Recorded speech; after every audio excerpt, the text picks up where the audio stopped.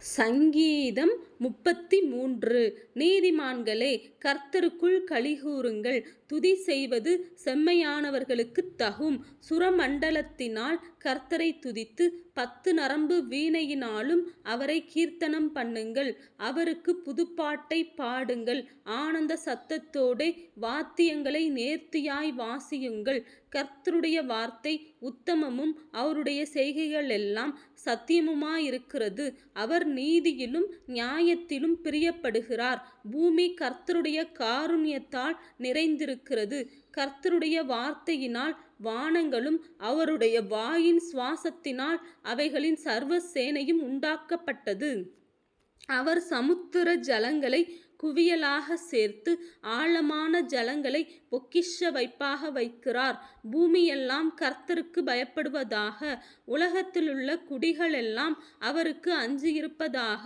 அவர் சொல்ல ஆகும், அவர் கட்டளையிட நிற்கும். கர்த்தர் ஜாதிகளின் ஆலோசனையை விருதாவாக்கி ஜனங்களுடைய நினைவுகளை அவமாக்குகிறார். கர்த்தருடைய ஆலோசனை நித்திய காலமாகவும் அவருடைய இருதயத்தின் நினைவுகள் தலைமுறை தலைமுறையாகவும் நிற்கும். கர்த்தரை தங்களுக்கு தெய்வமாக கொண்ட ஜாதியும் அவர் தமக்கு சுதந்திரமாக தெரிந்து கொண்ட ஜனமும் பாக்கியமுள்ளது.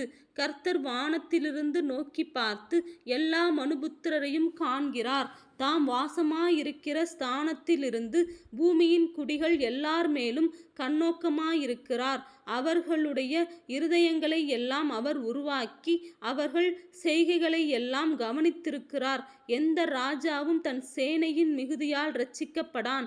சௌரியவானும் தன் பலத்தின் மிகுதியால் தப்பான். இரட்சிக்கிறதற்கு குதிரை விருதா, அது தன் மிகுந்த வீரியத்தால் தப்புவியாது.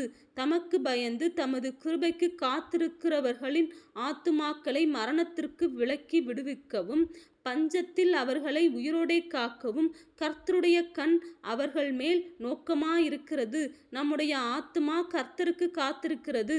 அவரே நமக்கு துணையும் நமக்கு கேடகமானவர். அவருடைய பரிசுத்த நாமத்தை நாம் நம்பியிருக்கிறபடியால் நம்முடைய இருதயம் அவருக்குள் களிகூரும். கர்த்தாவே, நாங்கள் உம்மை நம்பியிருக்கிறபடியே உமது கிருபை எங்கள் மேல் இருப்பதாக.